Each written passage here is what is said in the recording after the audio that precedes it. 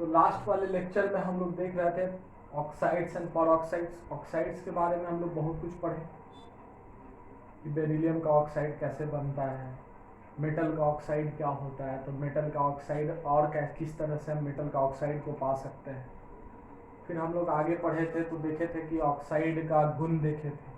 क्या भाई, तो सारा मेटल का ऑक्साइड आपका बेसिक इन नेचर होता है, लेकिन बेरिलियम का ऑक्साइड है तो टेरिक इन नेचर होता है, ठीक है ना। तो बहुत सारा प्रॉपर्टी हम लोग देखे थे यहाँ।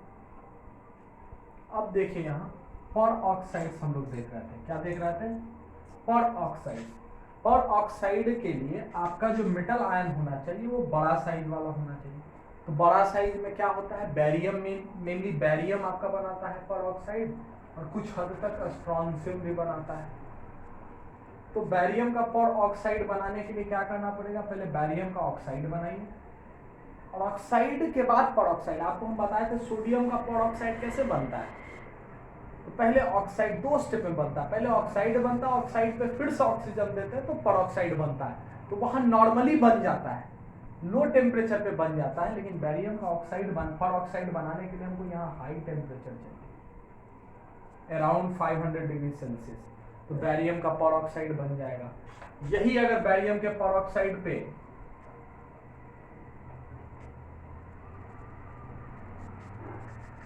reacts with HCl or any other acid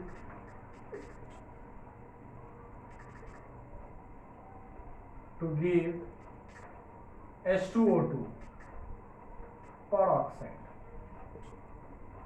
metal peroxide से हाइड्रोजन peroxide,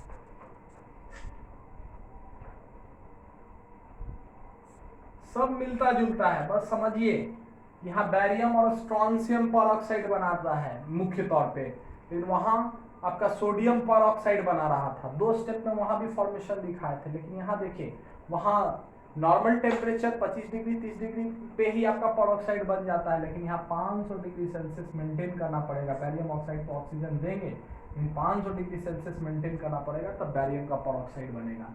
और आपका बैरियम का परऑक्साइड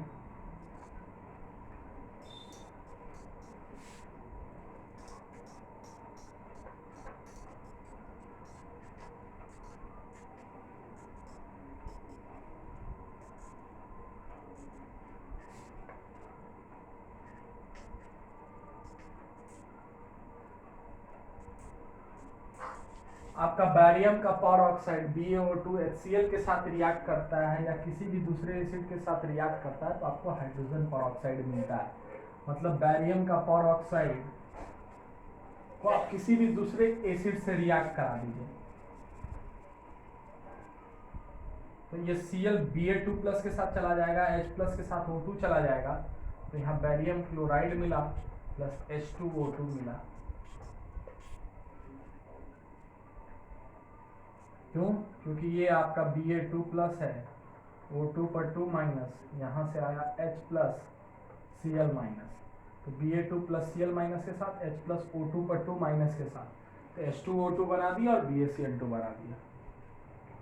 ठीक है, नोट में ये लिखना है, strontium also forms peroxide to some extent. कुछ हद तक आपका स्ट्रोंशियम भी पेरोक्साइड बनाता है। ठीक है, इस तरह से हम लोग ऑक्साइड और पेरोक्साइड देख लिए। अब देखिए यहाँ सुपर ऑक्साइड, तो कोई भी alkaline earth metal super oxide नहीं बनाता है। ठीक है, अल्कलाइन अर्थ मेटल आपका सुपर ऑक्साइड नहीं बनाता है। अब अगला है रिएक्शन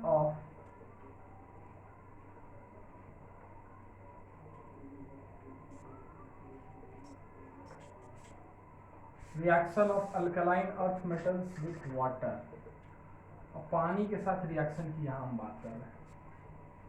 अल्कलाइन अर्थ मेटल्स का रिएक्शन हम लोग पानी में देख रहे हैं, पानी के साथ। जब पानी के साथ देखिएगा तो मेटल आपका पानी के साथ रिएक्ट करता है तो मेटल हाइड्रोक्साइड बनाता है प्लस H2 गैस बाहर आता है।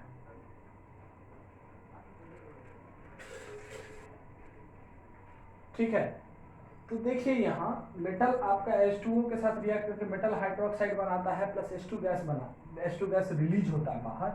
तो देखना क्या है, ये पानी ना अलग अलग फॉर्म में होता है। मेटल जैसे beryllium, magnesium, calcium, strontium, barium. तो बेरिलियम आपका रिएक्ट करता है, reacts with steam.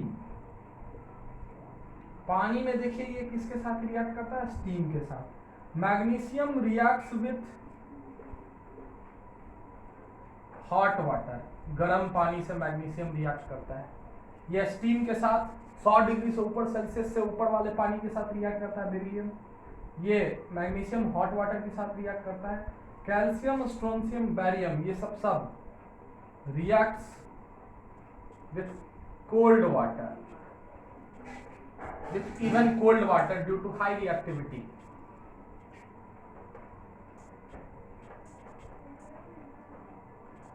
Due to high reactivity, ज्यादा रिएक्टिविटी होने की वजह से ये आपका कैल्शियम, स्ट्रोंशियम और बैरियम ठंडा पानी से भी रिएक्ट कर लेता है। अब लो reactivity of beryllium and magnesium बात करते हैं। low reactivity of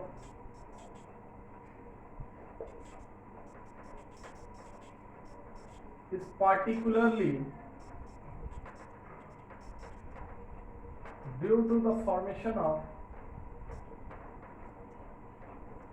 thin layer of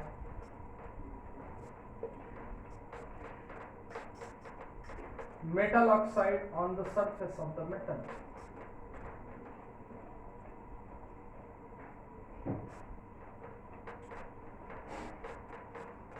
Making the metals inert towards the reaction with water. यहां देखिए ये इंपॉर्टेंट बात लिख रहा है। क्या इंपॉर्टेंट बात लिख रहे हैं कि रिएक्टिविटी बेरिलियम और मैग्नीशियम का कम है। उसका वजह क्या है कि बेरिलियम और मैग्नीशियम क्या होता है कि अपने सतह पे ऑक्साइड का थिन लेयर का फॉर्मेशन करता है।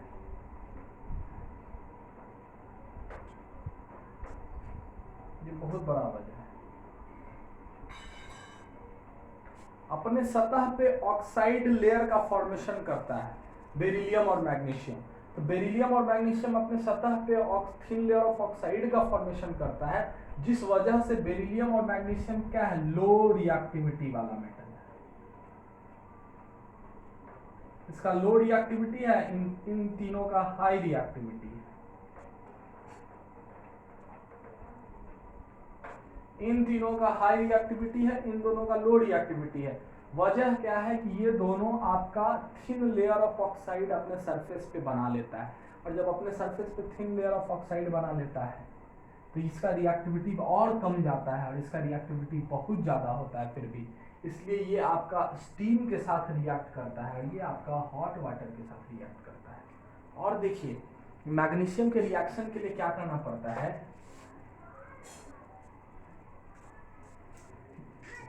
the layer of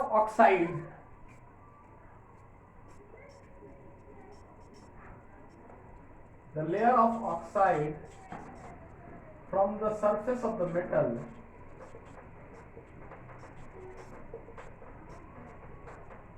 particularly magnesium is removed by treating with Hg, mercury से ट्रीट करिएगा तो उसके ऑक्साइड का लेयर पहले हम क्या करते हैं, मरकरी से ट्रीट करके उसके ऑक्साइड के लेयर को हटाते हैं, and then the metal reacts with water.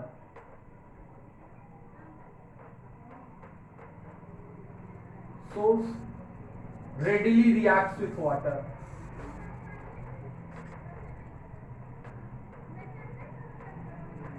Metal आपका रेडिली पानी के साथ आसानी से फिर रिएक्ट कर पाता है। मरकरी का में इसके साथ ट्रीट करिएगा ना, समझे?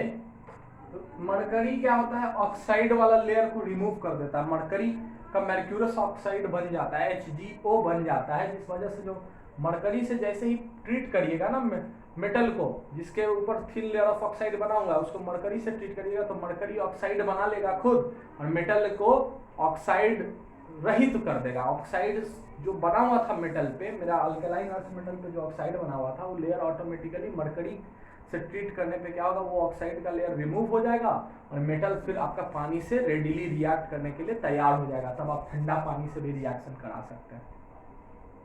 ये सब बात था आपका, ठीक है, ये सब बात आप समझिए। तो इस रिएक्शन के दौरान मेरा हाइड्रोक्साइड बना। अब आइए हाइड्रोक्साइड का चर्चा करते हैं हम लोग, ठीक है। हाइड्रोक्साइड, अब यहां से हाइड्रोक्साइड की बात करते हैं, ठीक है। तो जब आप हाइड्रोक्साइड की बात करिएगा, hydroxides are formed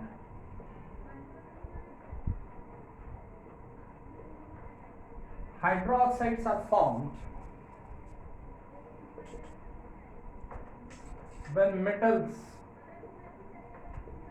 यहां मेटल्स बोल रहे हैं मतलब alkaline earth metals react with water. जब अल्कलाइन अर्थ मेटल यहां पानी के साथ रिएक्ट करता है तभी आपका हाइड्रोक्साइड बनता है, ठीक। और अगला बात लिख क्या रहे, and also hydroxides are formed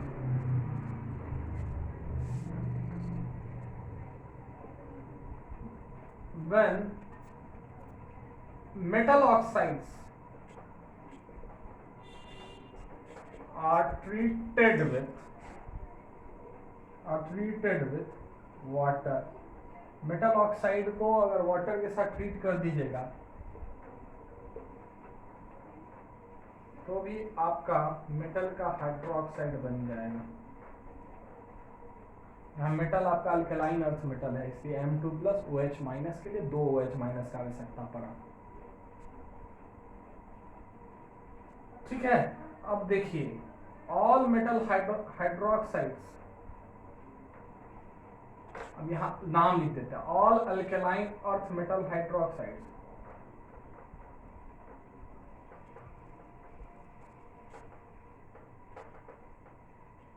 all alkaline earth metal hydroxides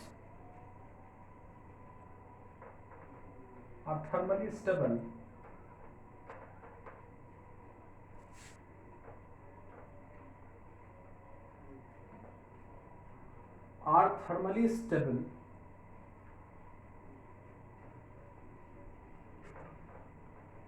and soluble and thermally stable।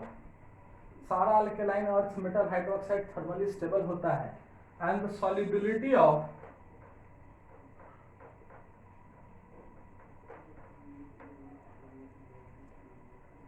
metal hydroxides in water increases down the group।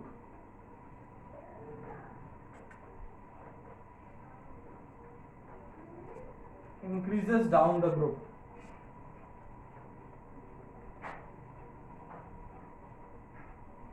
ये सब समझिए, सॉल्युबिलिटी आपका मेटल हाइड्रोक्साइड्स का डाउन द ग्रुप बढ़ता है। वजह देखो ध्यान से, जहां तक सॉल्युबिलिटी का भी यहाँ बात आता है, ध्यान से देखते चलो। सॉल्युबिलिटी आया ना यहाँ, सॉल्युबिलिटी, टर्म सॉल्युबिलिटी आता है। सॉल्युबिलिटी हम पढ़ाए थे, सॉल्युबिलिटी में देखे थे क्या, 2 फैक्टर आया था, एक हाइड्रेशन एनर्जी और एक एक हाइड्रेशन एनर्जी इन नेगेटिव वाला टर्म आया था और एक लैटिस एनर्जी U0 हमारा पॉजिटिव वाला टर्म आया था। विशेष नहीं बात करते हैं, ये मेरा फेवरेबल वाला टर्म आया था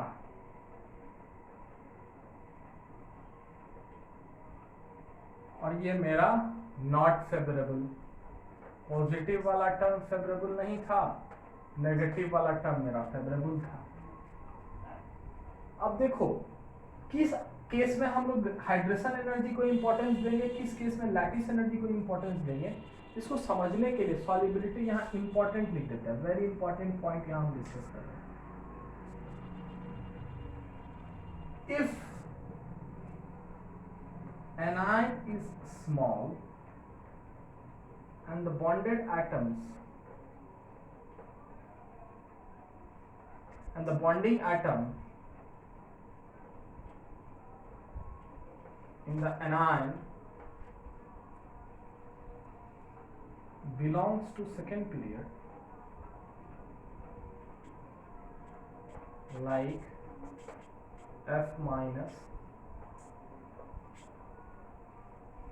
OH minus, we give priority to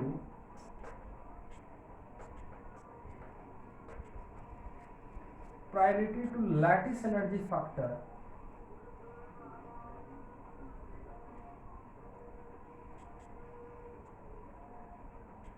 in this case। ये सब वेरी इंपॉर्टेंट है, लिख दिया है। जब एनायन का साइज छोटा हो, जैसे कि F माइनस मतलब बॉन्डिंग एटम वाला एनायन का जो बॉन्डेड पार्ट है, बॉन्डिंग पार्ट एटम वाला पार्ट है, वो सेकेंड पीरियड का हो, फ्लोरीन ऑक्सीजन सेकेंड पीरियड का एटम, बॉन्डिंग एटम भी सेकेंड पीरियड का हो और साइज भी उसका छोटा हो, उसमें बॉन्डेड एटम का संख्या 1 या 2 हो, इनमें कि 3 4 हो। देखो इसमें बॉन्डेड एटम एक अकेला फ्लोरीन है, यहाँ 2 है, छोटा ग्रुप है, और उसके साथ साथ छोटा ग्रुप के साथ साथ यहाँ फ्लोरीन है और यहाँ ऑक्सीजन है। मतलब बॉन्डिंग एटम जो है, जो बॉन्ड बना रहा है एटम, आयनिक बॉन्ड जो एटम बना रहा है, वो आपका सेकेंड ग्रुप सेकेंड पीरियड का है। तो इस केस में हम लोग लैटिस एनर्जी को प्रायोरिटी देते हैं। मतलब हम लोग इस केस में सॉल्युबिलिटी डिसाइड करेंगे लैटिस एनर्जी के टर्म में। मतलब आओ हम बात करते हैं बेरिलियम का फ्लोराइड, मैग्नीशियम का फ्लोराइड,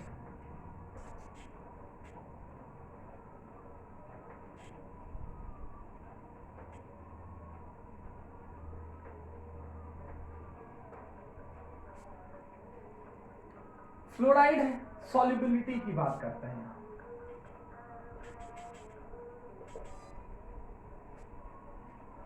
ये ध्यान देना, हर एक चीज के लिए वैलिड है, हर एक जगह वैलिड है ये चीज, बस इतना बस दिमाग में रखना, ठीक है। वैसे उलटफेर का चांसेस तो रहता है, बस इतना पॉइंट दिमाग में रखना है। फिर भी बेरिलियम का फ्लोराइड, मैग्नीशियम का फ्लोराइड, कैल्शियम का, स्ट्रोंशियम का, बैरियम का, ठीक है ना।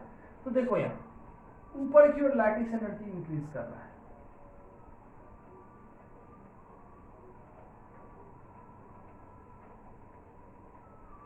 हाइड्रेशन एनर्जी भी ऊपर की ओर बढ़ेगा। क्यों? कैटायन का साइज डिक्रीज कर रहा है, तो हाइड्रेशन के लिए भी कैटायन का साइज घटना चाहिए, लैटिस के लिए भी कैटायन का साइज घटना चाहिए। हाइड्रेशन एनर्जी क्या, छोटा साइज वाले आयन का ज्यादा होगा हाइड्रेशन, बड़ा साइज वाले आयन का हाइड्रेशन कम होगा। और लैटिस एनर्जी क्या होता है, एक टर्म है पोटेंशियल एनर्जी का, KQ1 Q2 बाई R। देखो R मतलब R प्लस ले लो, R माइनस ले लो, ऑब्लिक, दोनों तो R ही है। मतलब कैटायन का साइज और एनायन का साइज भी छोटा होना चाहिए। तो लैटिस एनर्जी भी ऊपर बढ़ रहा है, हाइड्रेशन एनर्जी भी ऊपर बढ़ रहा है। तो कैटायन का साइज डिक्रीज कर रहा है, क्योंकि कैटायन का साइज डिक्रीज कर रहा है, इसके ऊपर की ओर लैटिस एनर्जी भी बढ़ रहा है, हाइड्रेशन एनर्जी भी बढ़ रहा है। क्योंकि कैटायन का साइज छोटा होना चाहिए, एनायन का साइज छोटा होना चाहिए, लैटिस एनर्जी को भी बढ़ाने के लिए और हाइड्रेशन एनर्जी को भी बढ़ाने के लिए। तो यहाँ तो एक ही फैक्टर टकरा जा रहा है। यहाँ हम, मेरे लिए हाइड्रेशन वाला फेवरेबल है, लेकिन लैटिस एनर्जी वाला तो फेवरेबल नहीं है। हाइड्रेशन भी बढ़ता है और साथ साथ लैटिस भी बढ़ता है, तो भाई प्रायोरिटी दे तो किसको दे? एक सवाल उठता है ना कि भाई प्रायोरिटी दे तो किसको दे? लैटिस भी बढ़ रहा है ऊपर, हाइड्रेशन भी बढ़ रहा है। एक चीज हमको फेवर कर रहा है, एक चीज हमको फेवर नहीं कर रहा है। लैटिस हमको फेवर नहीं कर रहा है और हाइड्रेशन वाला हमको फेवर कर रहा है। तो प्रायोरिटी किसको दे, लैटिस को दे कि हाइड्रेशन को दे? तो अब यहाँ सवाल उठता है क्या, अब यहाँ सवाल ये उठता है कि यदि आप प्रायोरिटी यदि आप प्रायोरिटी लैटिस को देते हैं, मतलब कि लैटिस एनर्जी ज्यादा बढ़ रहा है मान लो ऊपर की ओर, तो नीचे की ओर लैटिस एनर्जी डिक्रीज करेगा।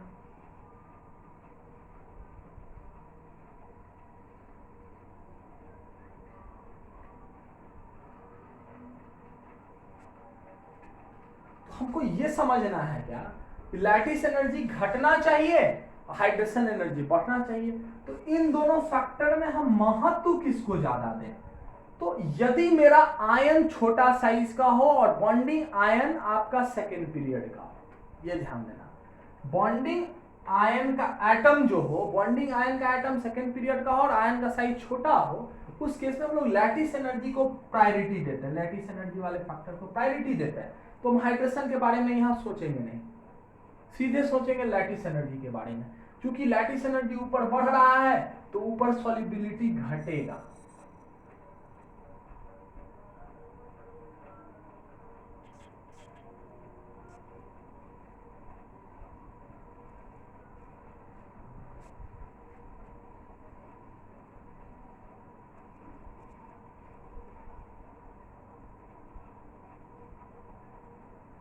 इसलिए सॉल्युबिलिटी किधर बढ़ेगा?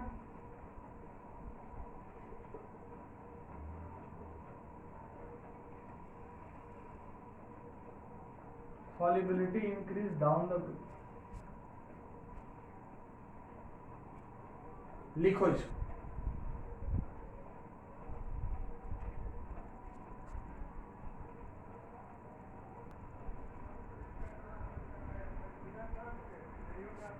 ये कुछ समझ में आ रहा है? फिर उसी तरीके से देखो यहां,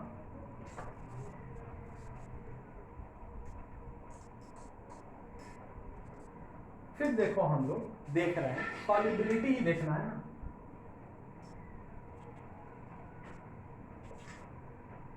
तो यहां देखते हैं इस बार beryllium oxide, magnesium oxide, calcium oxide, strontium oxide, barium oxide. अब यहां सॉल्युबिलिटी देखोगे,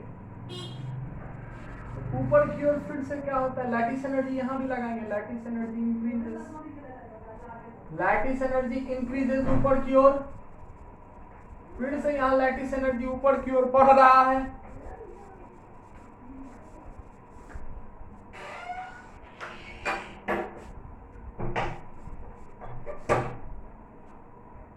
फिर से ऊपर की ओर लैटिस एनर्जी बढ़ रहा है, सॉल्युबिलिटी किधर बढ़ेगा? इधर लैटिस एनर्जी घट रहा है,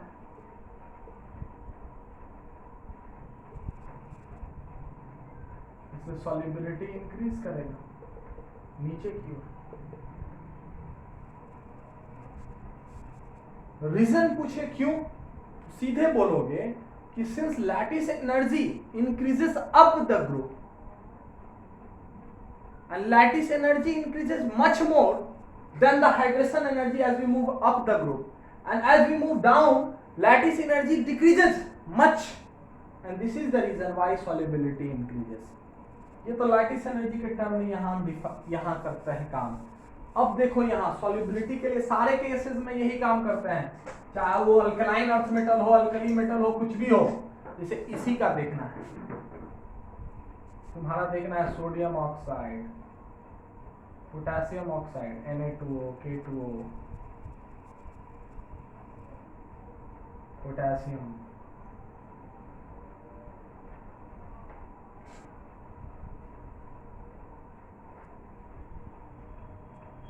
अब यहां भी देखोगे तो यहां भी वही फैक्टर लगाना है कि ऊपर की ओर लैटिस एनर्जी बढ़ रहा है, सॉल्युबिलिटी, लैटिस एनर्जी नीचे की ओर घटेगा तो सॉल्युबिलिटी नीचे की ओर घटेगा।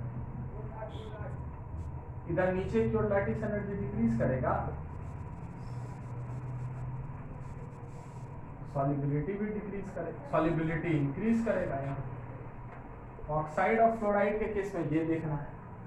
अब देखो अगला, देखो बी पॉइंट,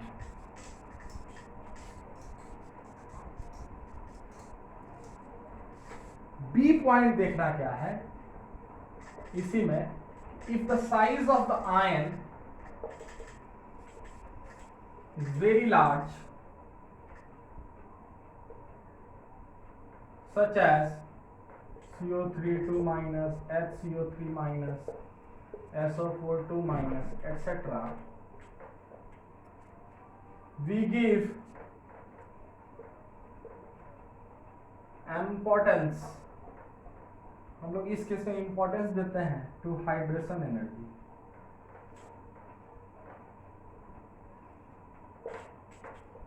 इस केस में हम लोग इंपॉर्टेंस देते हैं हाइड्रेशन एनर्जी को। देखो ऑर्डर देखो, beryllium carbonate, calcium carbonate, magnesium carbonate, barium carbonate. यहाँ किसको प्रायोरिटी मिलेगा? हाइड्रेशन एनर्जी को। हाइड्रेशन एनर्जी बढ़ना चाहिए और लैटिस एनर्जी घटना चाहिए। तो यहाँ प्रायोरिटी वाला फैक्टर क्या है?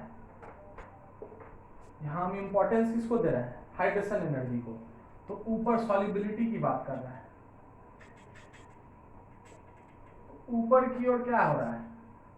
हाइड्रेशन एनर्जी इंक्रीज कर रहा है। वैसे तो आपका लैटिस एनर्जी भी इंक्रीज कर रहा है, लैटिस एनर्जी भी इंक्रीज कर रहा है, लेकिन हाइड्रेशन एनर्जी ज्यादा इंक्रीज कर रहा है, मोर देन लैटिस एनर्जी बोल सकते हो यार। इसलिए ऊपर की ओर क्या होगा? सॉल्युबिलिटी इंक्रीज कर रहा है। इस केस में सॉल्युबिलिटी ऊपर की ओर बढ़ेगा, क्योंकि जब आपका एनायन का साइज बड़ा है तो उस केस में इंपॉर्टेंस देते हैं हाइड्रेशन एनर्जी को। कार्बोनेट वगैरह के केस में सॉल्युबिलिटी ऊपर की ओर बढ़ेगा।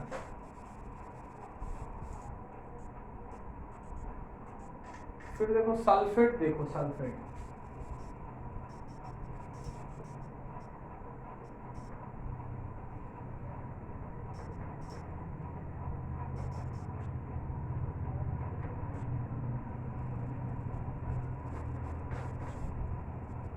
यहां भी एनायन का साइज बड़ा है। जब एनायन का साइज बड़ा है तो ऊपर की ओर जाओगे तो हाइड्रेशन एनर्जी बढ़ेगा।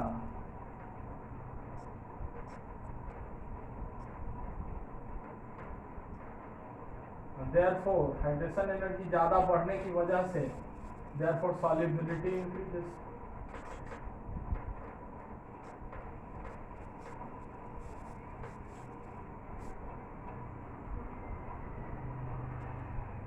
हाइड्रेशन एनर्जी ऊपर की ओर बढ़ने से सॉल्युबिलिटी क्या हो रहा है? यहाँ ऊपर की ओर इंक्रीज कर रहा है।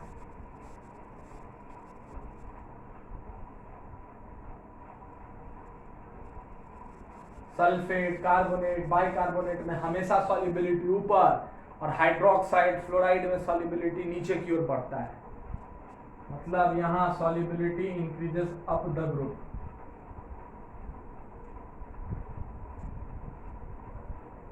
As we move up the group,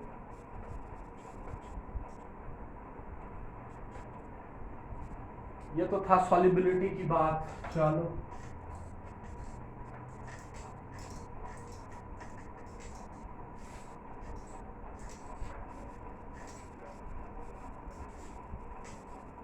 इसी तरह से थर्मल स्टेबिलिटी में भी एक बात सिखा देते हैं तुमको। थर्मल स्टेबिलिटी देखोगे,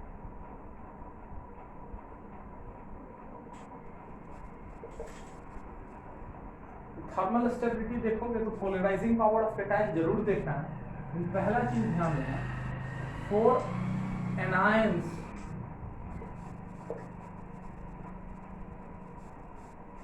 for small size anions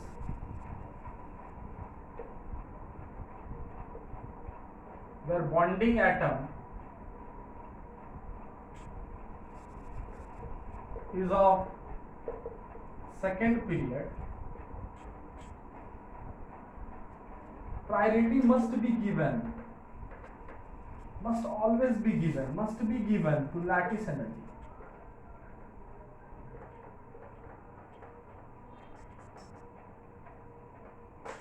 priority हमेशा किसको देना है? लैटिस एनर्जी को। किस केस में? स्मॉल साइज एनायंस में। जिसमें कि एटम किस ग्रुप का हो, सेकेंड पीरियड का हो। मतलब क्या हो, फ्लोराइड के केस में, हाइड्रोक्साइड के केस में, इन सब के केस में जो हमको प्रायोरिटी देना है, उस केस में हमेशा प्रायोरिटी देना है लैटिस एनर्जी को। For rest all large size anion,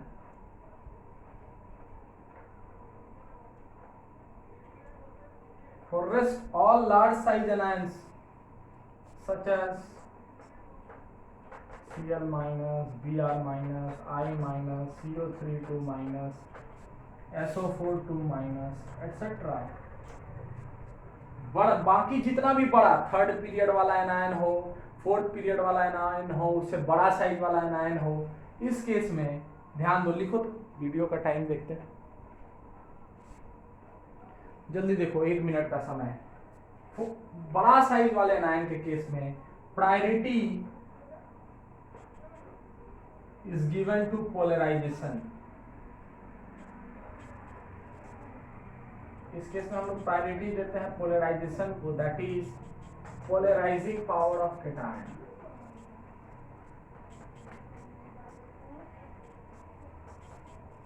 that is polarising power of cation.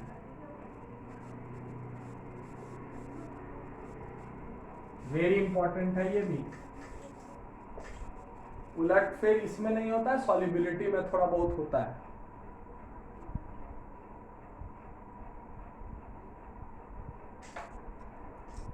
लिख लो, थर्मल स्टेबिलिटी का ऑर्डर है। थर्मल स्टेबिलिटी का इंपॉर्टेंट पॉइंट है, पहले बस काम का बात किए थे, अब यहां जाके ये कंप्लीट कर रहे हैं ये बात।